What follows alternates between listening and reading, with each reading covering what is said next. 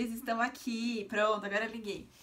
Boa noite, pessoal do YouTube. Tudo bom com vocês? Muitas saudades, uma grande alegria estar aqui. Olha só, deixa eu ver aqui. Denis, do Juizado Especial. Késia, William Fernandes, Priori 13. Oi, tudo bom? Boa tarde para vocês. Boa tarde para vocês do Instagram. Boa tarde para vocês do YouTube. Vamos lá para mais uma pena live. Na verdade, tava morrendo de saudade de vocês, como eu disse. E assim, gente, queria começar essa pena live pedindo desculpas, porque já faz 2 semanas, né? 2 semanas que a gente não se vê. Nem sei se são 2 semanas ou se são 3. A verdade é que, graças a Deus, eu estou muito ocupada, tanto com as atividades do escritório, quanto com as atividades docentes. E em virtude de tudo isso, a gente não conseguiu se reunir. Tanto é que eu tive até que mudar a data, né? Eu tive que sair da quarta-feira e agora nós vamos ficar na sexta-feira. E está tudo bastante incerto ainda. Não sei se sexta-feira será o dia, tá? De toda forma, por enquanto, permaneceremos na sexta-feira. E a ideia é que a gente fique nesse mesmo horário, das 6 da tarde até as 7 da noite. Eu espero que vocês fiquem comigo, já tô acenando para todo mundo que tá chegando, né? Porque hashtag penal é muito mais legal. O nosso conteúdo tá ficando cada vez mais importante, eu diria eu até que necessário. E essa é uma oportunidade muito legal que vocês têm, tanto vocês de terem a matéria, quanto eu de ensinar para vocês, lecionar, já que, claro, a maioria de vocês já foi, ou já são os meus alunos, ou já foram os meus alunos, mas sempre aparece alguém aqui, né, falando assim, beijo, pro, saudades, né? E é sempre muito bom. E tem gente que está me seguindo que ainda não me conhece pessoalmente, em grande parte por causa da pandemia, né? E por conta de todas essas questões que nós tivemos durante o período pandêmico, mas é sempre muito bom encontrá-los. E é sempre muito bom saber que a gente tem um canal aqui para se ver, para trocar conhecimento, para eu poder matar vocês, porque vocês sabem que eu mato todos vocês, sempre em nome da ciência, na melhor das intenções, sempre com muita cordialidade, né? Vocês podem escolher como morrer, e é aquela coisa maravilhosa. E sempre com o intuito de utilizar aí exemplos muitas vezes absurdos, bizarros, para que vocês consigam entender a teoria através desses exemplos. Então, gente, bora lá para mais uma pena live. Eita, né? Denis já tá se pronunciando aqui. Bora lá para mais uma pena live. Nessa pena live, hashtag 16, nós ficamos de ver sobre estrito cumprimento do dever legal e exercício regular do direito. Então, só pra gente retomar aqui, porque faz algum tempinho que a gente não se fala. Quais são os mantras do direito penal? Então, primeiro mantra do direito penal: crime é fato típico, antijurídico ou ilícito e culpável. Portanto, são elementos do crime, nós temos 3 elementos do crime: a tipicidade, a antijuridicidade ou ilicitude e a culpabilidade.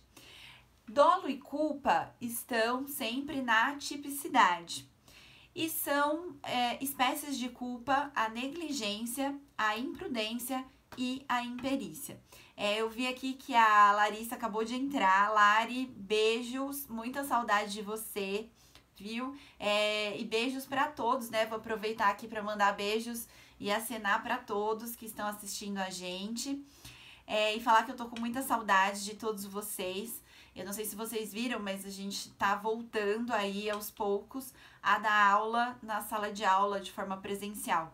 E assim, eu tinha me esquecido, na verdade eu não tinha me esquecido completamente, mas voltar para a sala de aula só me ajuda a reforçar como a sala de aula é maravilhosa, deliciosa, como é um ambiente gostoso, como é um ambiente propício para o aprendizado, né?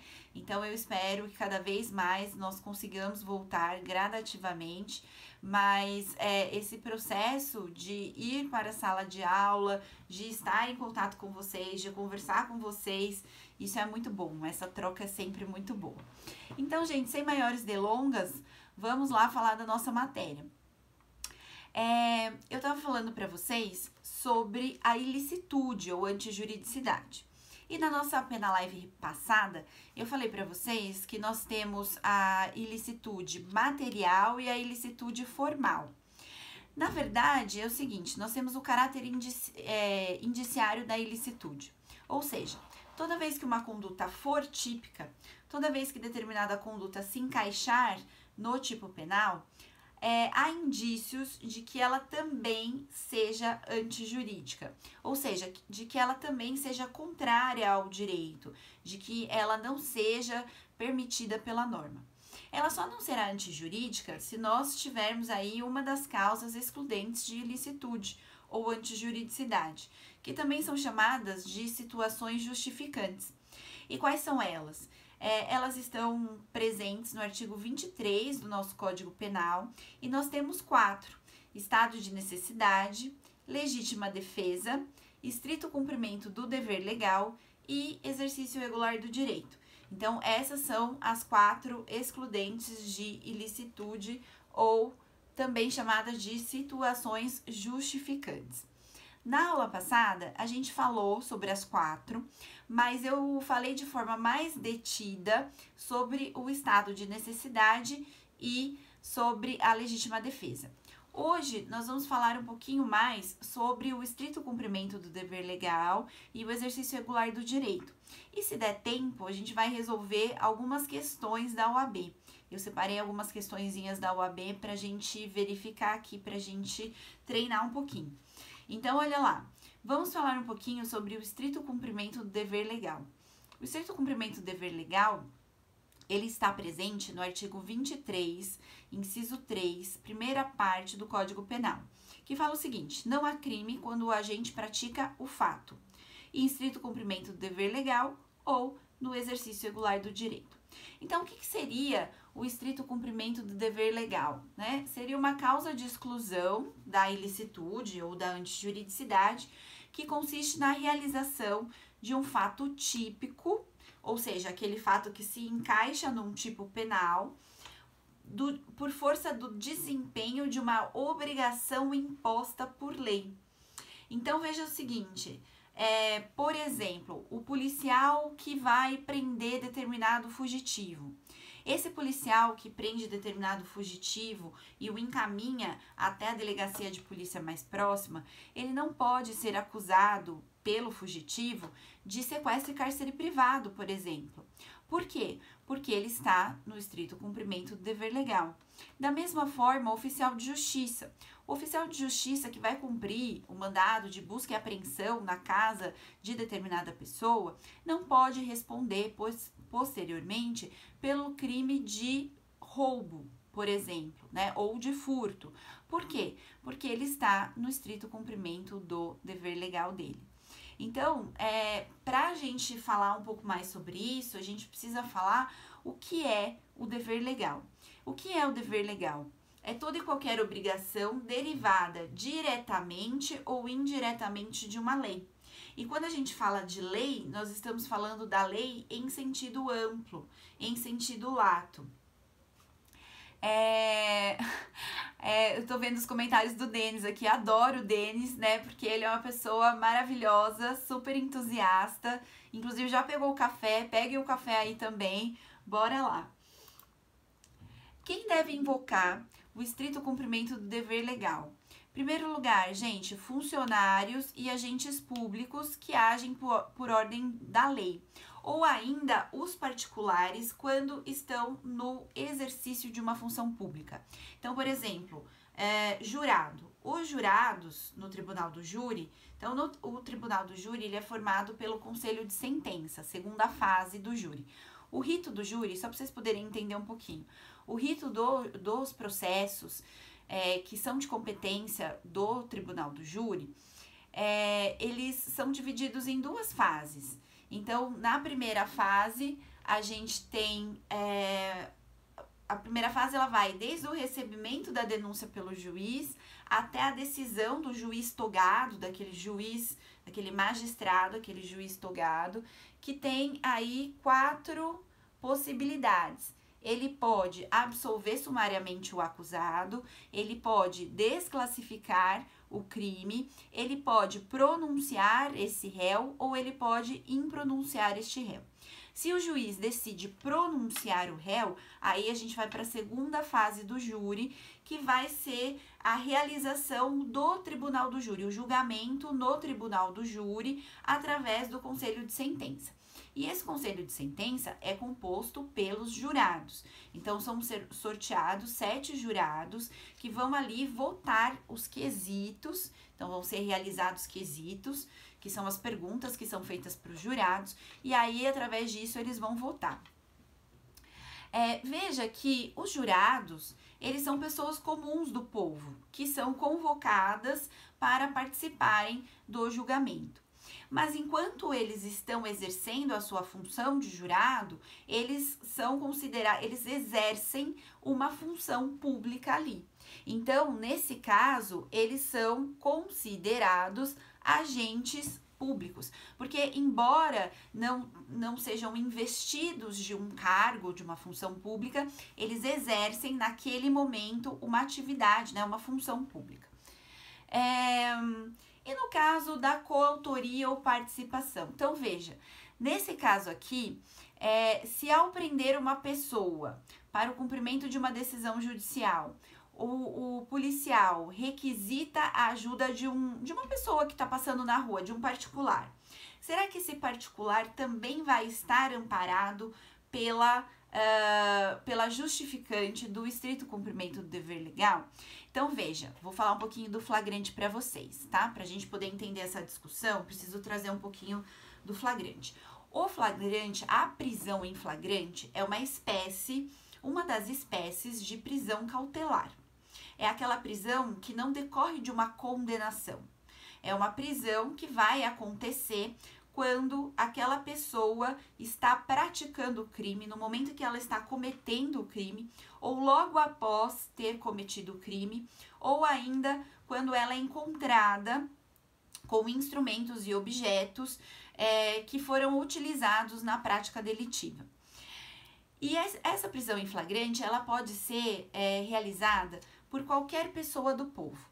Então, veja, a prisão em flagrante, ela deve ser realizada pelas autoridades policiais e ela pode ser realizada por qualquer pessoa comum do povo. Mas pode acontecer ainda a situação na qual o agente policial verifica uma situação de flagrante, então ele deve dar a voz de prisão em flagrante e efetuar a prisão em flagrante, mas sozinho ele não consegue efetuar essa prisão.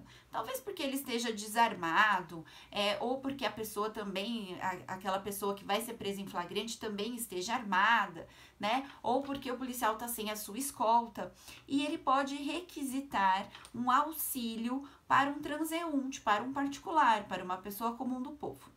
Essa pessoa comum do povo que ajuda esse policial a prender uma outra pessoa em flagrante, ela estaria cobertada por essa justificante do exercício regular do direito?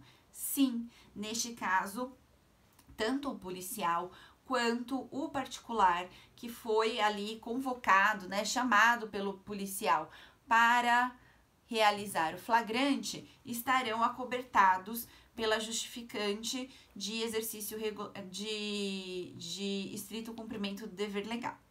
Agora, professora, e se o policial na mesma situação? E se na mesma situação o policial não está lá? Então, eu, Heloísa, pessoa comum do povo, verifico uma situação de flagrante, resolvo dar a voz de prisão em flagrante e conduzir aquela pessoa até a delegacia mais próxima. Então, veja, neste caso, professora, você também estaria acobertada pelo estrito cumprimento do dever legal? Veja, neste segundo caso, não. Eu não estaria cobertada pelo estrito cumprimento do dever legal, por quê? Porque neste caso eu não fui requisitada por uma autoridade pública. Neste caso, eu estou agindo única e exclusivamente como particular. Poxa, professora, mas então nesse caso você não vai ser acobertada por nenhuma justificante? Sim, nesse caso a minha atividade estará acobertada por outra justificante, que é a do exercício regular do direito. Então, a gente tem que saber distinguir as situações. A Regina tá falando aqui, maravilhosa sempre, espero que sua aula fique gravada. Tá, tenho que sair, dever me chama. Regina, fica tranquila. Vamos gravar a aula sim, tá? E se acontecer algum chabu aqui no Instagram, de toda forma, o nosso vídeo também vai estar gravado na plataforma do YouTube, tá? Então, dá uma olhadinha lá no meu canal, o meu canal também vai estar lá disponível. Muito obrigada pelo carinho, viu? Então, a gente precisa dividir essas duas situações. Quando o particular atua, né, efetuando uma prisão em flagrante, porque foi chamado por uma autoridade policial, então aí nesse caso, ambos estarão no estrito cumprimento do dever legal. Agora, quando o particular realiza uma prisão em flagrante sem atuação dessa autoridade policial, quando o particular realiza uma prisão em flagrante por si só, então aí ele estará acobertado pela excludente de ilicitude do exercício regular do direito. Para que esse estrito cumprimento do dever legal seja válido, é necessário que aquela pessoa que atua no estrito cumprimento do dever legal tenha conhecimento dessa situação justificante. Isso também é muito importante. Prosseguindo aqui, vamos falar um pouquinho agora do exercício regular do direito. O exercício regular do direito está no artigo 23, inciso 3, segunda parte do Código Penal. E fala o seguinte: não há crime quando o agente pratica o fato. Inciso 3, em estrito cumprimento do dever legal ou exercício regular do direito. Mesma coisa, né? O William também acabou de chegar, a Rafa, a nossa querida Fê. Então, sejam todos muito bem-vindos, viu, gente? Estamos aqui agora na sexta-feira. O que é o exercício regular do direito? O exercício regular do direito também é uma causa excludente da ilicitude ou também chamada de causa justificante, que consiste no exercício de uma prerrogativa conferida pelo ordenamento jurídico, que inicialmente é caracterizada como fato típico. Qual o exemplo, né? É aí o exemplo que eu acabei de falar, a prisão em flagrante realizada pelo particular, sem que esse particular tenha sido, sem que a ajuda desse particular tenha sido solicitada por parte do policial, ou por parte do delegado, ou por parte de alguma autoridade pública. Além disso, a coação para evitar suicídio. Então, isso também é um exemplo, né, de exercício regular de um direito. Se você exerce a coação em relação a alguém, pulando em cima dessa pessoa, tirando, desarmando ela, neste caso, você não poderá responder por uma lesão corporal leve. Por quê? Porque você está no exercício regular do direito. Então, aqui também nós temos a necessidade do conhecimento da situação justificante. É necessário que aquela pessoa que atua no exercício regular do direito saiba que se trata aí de uma situação justificante. Aqui nós temos algumas hipóteses controvertidas do exercício regular do direito. Em primeiro lugar, e aí vou falar as principais hipóteses controvertidas, e a gente vai falar um pouquinho sobre cada uma delas. Primeiro, sobre as lesões decorrentes de intervenções médicas e cirúrgicas. Depois, a questão da violência desportiva, também é um caso bastante interessante. Os ofendículos, né, que a gente vai falar um pouquinho também, e a questão do consentimento do ofendido ou consentimento da vítima. Vamos falar um pouquinho das lesões decorrentes de intervenções médicas e cirúrgicas. Então, assim, a doutrina se divide. Por uma parte da doutrina, para a doutrina tradicional, aquelas lesões decorrentes das intervenções médicas e cirúrgicas, e aqui, gente, toma cuidado com uma coisa. Nós não estamos falando das hipóteses de erro médico, tá? Nós estamos falando das hipóteses em que a intervenção cirúrgica é necessária e que ela é utilizada. Então, por exemplo, se determinada pessoa é submetida a determinada cirurgia, cirurgia de ordem médica, para, não sei, retirada de uma cirurgia de apendicite, para uma cirurgia de retirada de algum elemento cancerígeno no corpo daquela pessoa. Isso, o médico que age nessas circunstâncias, ou até casos mais difíceis, né, mais graves, por exemplo, amputação do membro do paciente, amputação da perna do paciente, porque o paciente está ali com problema de trombose, ou com uma gangrena muito forte, em que uma parte do tecido já está necrosado, e que, assim, infelizmente é necessário a retirada daquele membro. Essa pessoa que passa por esse tipo de cirurgia e que depois não se conforma com a perda da perna, do membro ou de determinado órgão, ela poderá demandar, ela poderá alegar que foi vítima de lesão corporal de natureza grave ou de natureza gravíssima e responsabilizar o médico por conta daquilo. Então, veja, nessa situação, nós estamos considerando que o médico e a equipe médica atuou com observância das regras de cuidado. Então, nós não vamos falar aqui de erro médico, tá? Nós estamos falando da atuação do médico e da sua equipe de acordo com o protocolo. E aí, a doutrina se divide, né? Porque para a doutrina tradicional, essa situação, ela seria excluída, a ilicitude seria excluída pelo exercício regular do direito. Desde que presente o consentimento do paciente ou do seu representante legal. Então, veja, se eu fui realizar uma cirurgia para extração de mama, porque eu estou com câncer de mama e eu dei o meu consentimento, depois eu não posso alegar que eu fui vítima de lesão corporal de natureza grave ou de natureza gravíssima por parte do médico. Por quê? Porque o médico, nesse caso, estava sob a situação justificante de exercício regular do direito, até porque eu dei o meu consentimento. Professora, mas e nos casos de urgência e emergência, no qual muitas vezes o paciente ele está inconsciente, os familiares não estão presentes e o médico precisa agir, porque senão aquele paciente vai morrer. Então, aí, nesse caso, a gente fala que o médico estará atuando sob o estado de necessidade. Por quê? Porque lembra do estado de necessidade? O estado de necessidade, ele vai compreender uma situação de perigo que não foi provocado por nenhuma das partes e na qual o agente, ele vai lesar um bem jurídico para proteger outro de maior valor.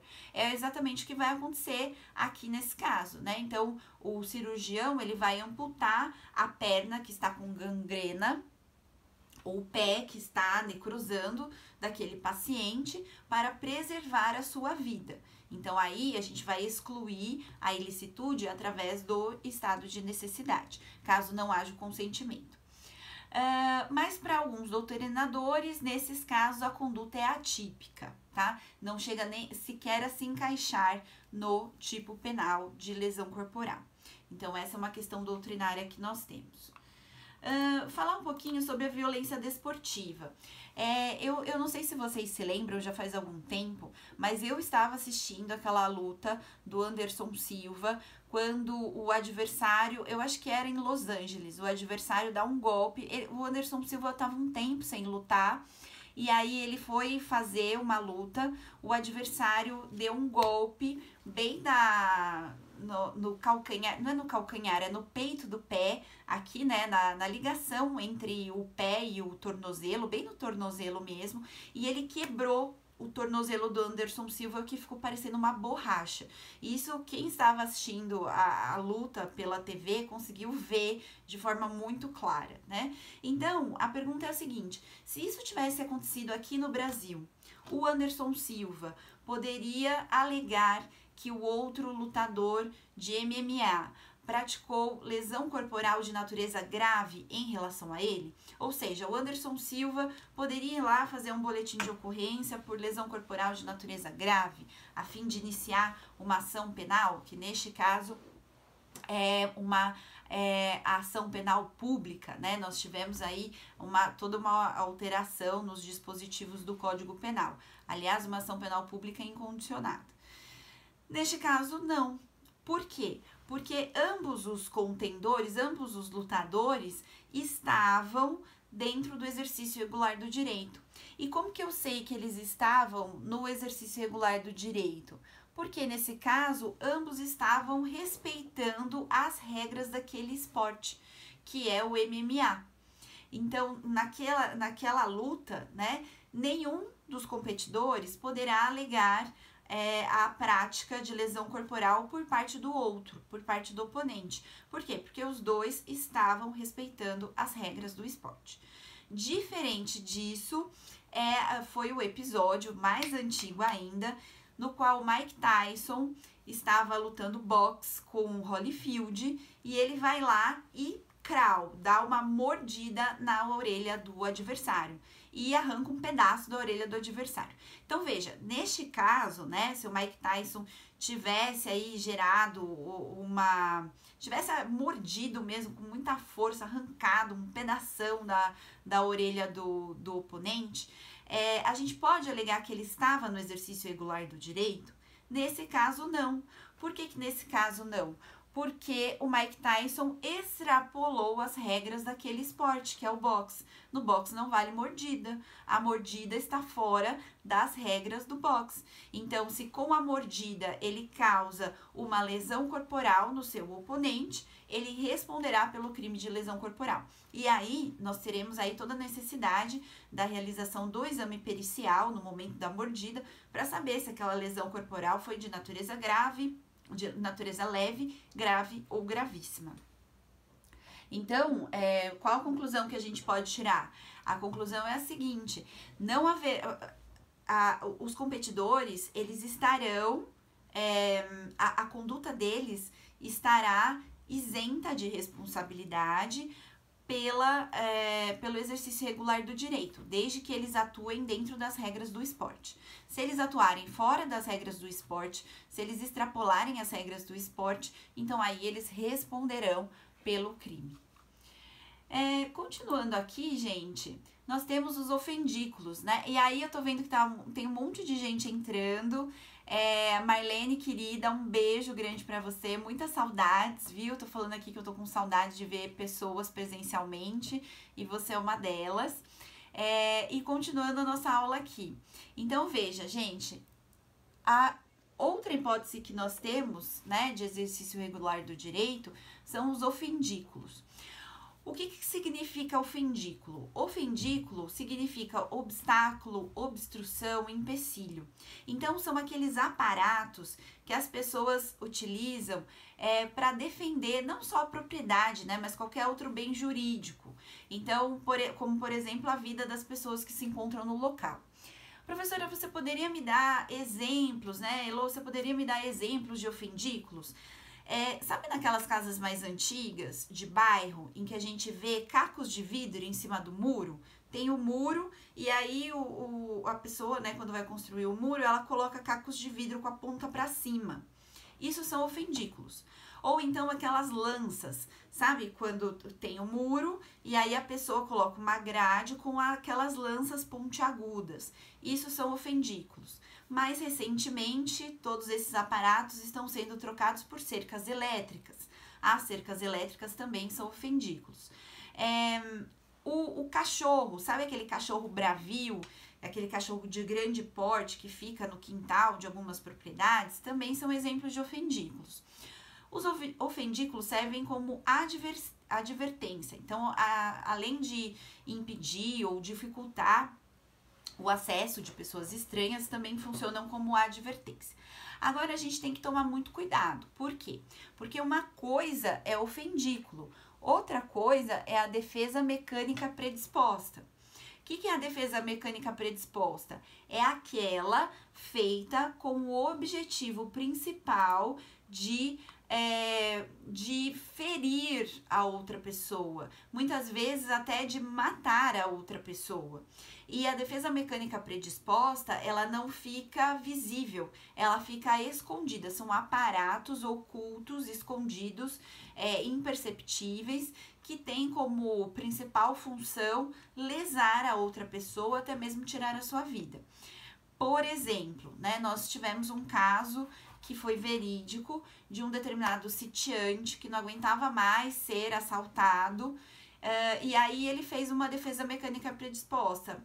Ele pegou a sua espingarda de caça, amarrou num barbante e amarrou na maçaneta da porta.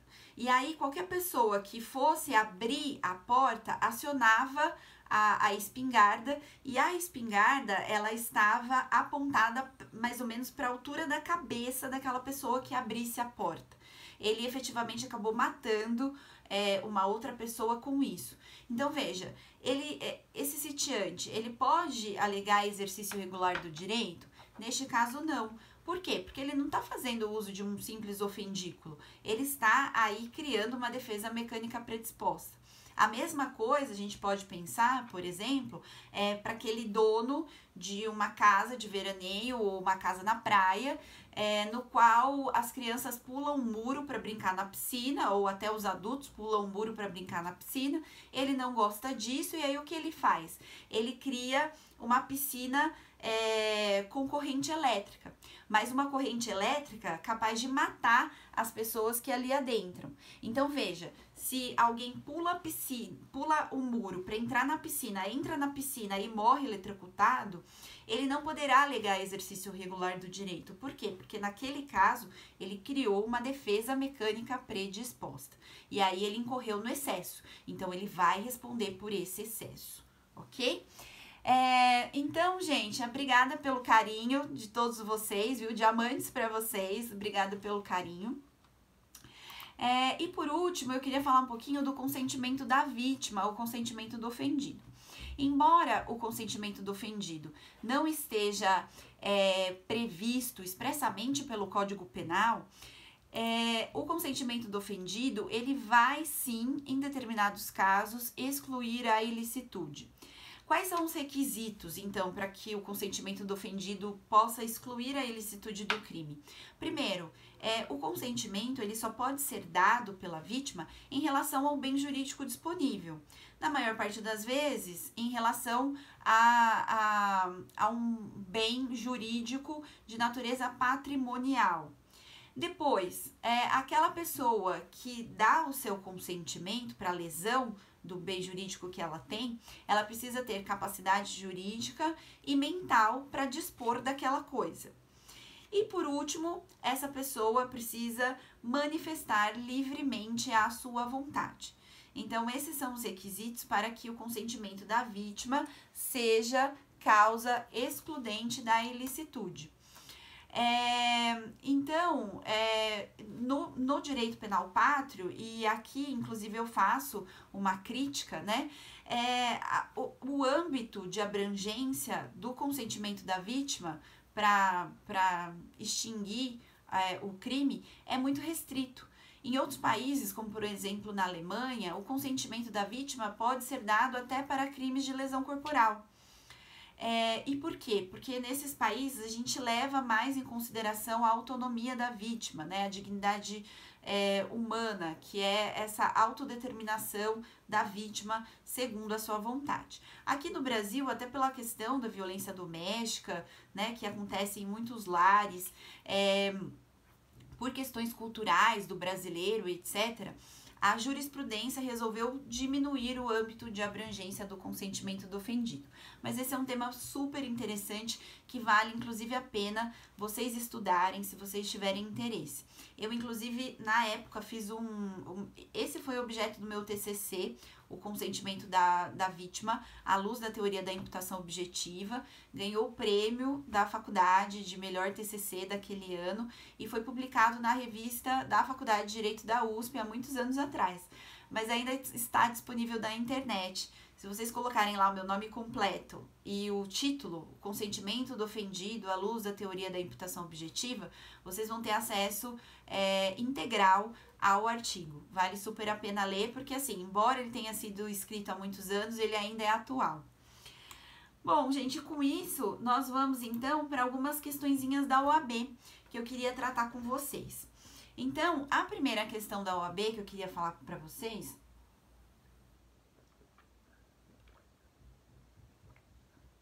é uma questão que achei muito interessante, que é a seguinte, ó. Carlos e seu filho de 10 anos caminhavam por uma rua com pouco movimento e bastante escura, já de madrugada, quando são surpreendidos com a vinda de um cão pitbull na direção deles. Quando o animal iniciou o ataque contra a criança, Carlos, que estava armado e tinha autorização para assim se encontrar, efetuou um disparo na direção do cão, que não foi atingido, ricocheteando a bala em uma pedra e acabando por atingir o dono do animal. Então, veja, dono do animal, Leandro, que chegava correndo em sua busca, pois notou que ele fugira clandestinamente da casa. Então, qual que é a questão aqui? Um pai, em relação ao filho, o filho está sendo atacado por um pitbull, esse pai vai defender o filho que está sendo atacado por um pitbull, tá com uma arma, vamos supor que ele tenha porte de arma, tudo certinho, tá? Tudo regularizado.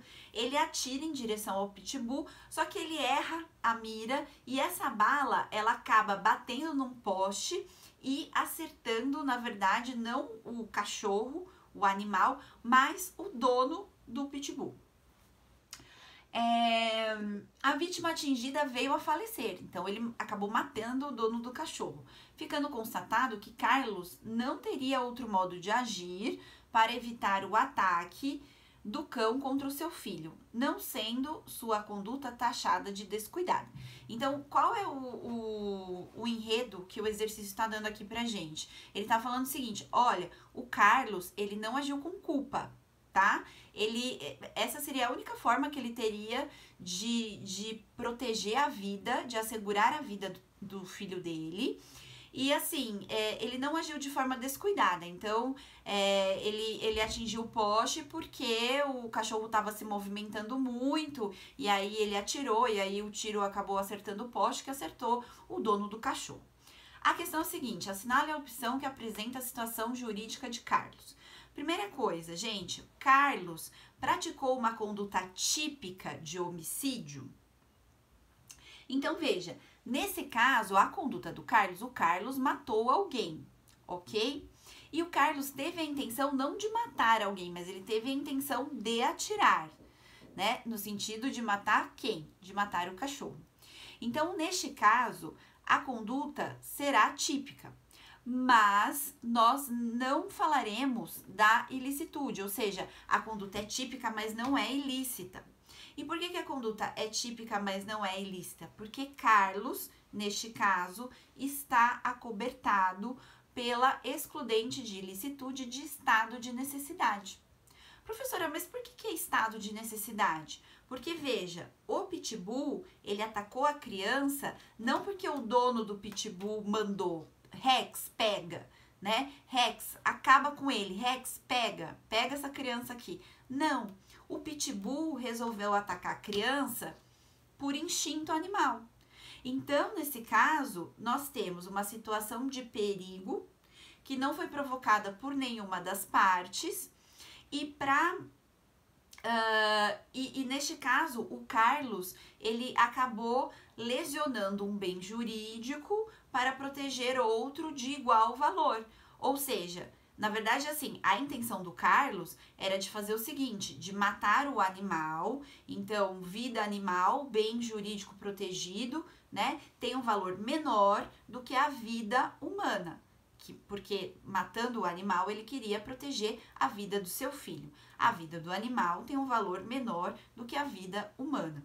E aí, nós falamos então que ele estava numa situação de estado de necessidade, situação de perigo atual, que não foi provocado por nenhuma das partes, e aí, neste caso, para o agente, ele vai lesar, ele vai destruir um bem jurídico para proteger outro bem jurídico de valor igual ou maior do que aquele que ele lesa. Então, na cabeça dele, ele estava lesando a vida do cachorro, tirando a vida do cachorro para proteger a vida humana. O que acontece é que esse tiro ricocheteou e acabou matando uma outra pessoa. Agora veja, de toda forma, o Carlos agiu em estado de necessidade. Então ele não vai responder pelo homicídio do dono do cachorro. Por quê? Porque ele está acobertado pelo estado de necessidade, ok? Professora, e se o dono do animal tivesse falado Rex, pega, e tivesse, vamos supor que o dono do Rex estava brigando com o Carlos, e aí o dono do Rex, para atingir o Carlos, mandou o Rex matar a criança, pegar a criança. E aí, mesma coisa, né? O Carlos vai lá e dá um tiro no cachorro, e mata o cachorro. Ou dá um tiro no cachorro, ricocheteia e acaba matando o dono do cachorro. Nesse caso, gente, a justificante que seria aplicada aí não seria o estado de necessidade, seria a legítima defesa. Por quê? Porque neste segundo caso, o cachorro não atacou por instinto, o cachorro atacou por uma ordem do dono. Então, o cachorro nessa situação, ele está funcionando como uma arma por parte do dono. Toda vez que nós temos uma reação a uma injusta agressão atual ou iminente, nós estamos no terreno da legítima defesa. Então, cuidado com essa diferenciação, né? Cuidado com essa diferença, que é pequena, mas que causa aí uma resposta totalmente diferente no seu exercício.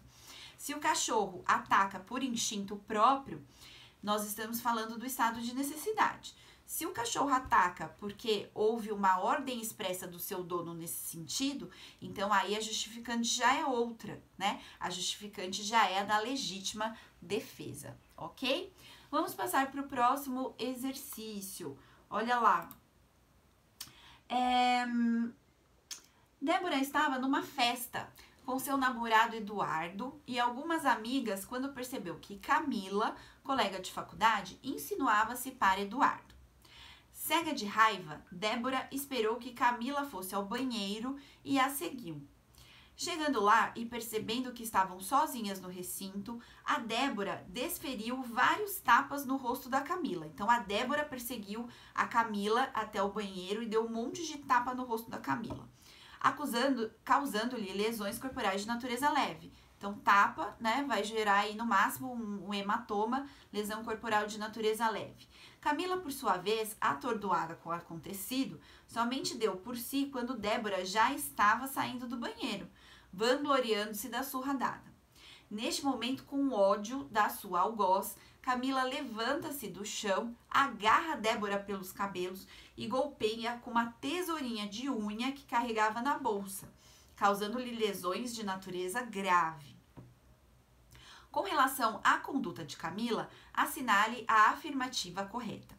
Então, a questão aqui, gente, é o seguinte: será que a Camila está acobertada pela legítima defesa, neste caso, sim ou não? E aqui eu quero fazer uma enquete com vocês. Respondam aí para mim, por favor, nos comentários. A Camila, nesse caso, estava acobertada pela legítima defesa, sim ou não? Escrevam aí para mim, deixa eu ver como que vocês estão sobre legítima defesa. Vou repassar de novo a história, tá? A Débora e a Camila, a Débora sentiu que a Camila estava dando de cima do namorado da Débora. A Débora esperou a Camila entrar no banheiro. Quando a Camila entrou no banheiro, ela pegou a Camila, deu vários tapas na Camila e jogou a Camila no chão. A Camila acordou meio atordoada e a Débora já estava de costas indo embora e falando, se vangloriando, né? Ah, eu bati mesmo, né? Acabei com ela, aquela coisa toda, aquele barraco todo.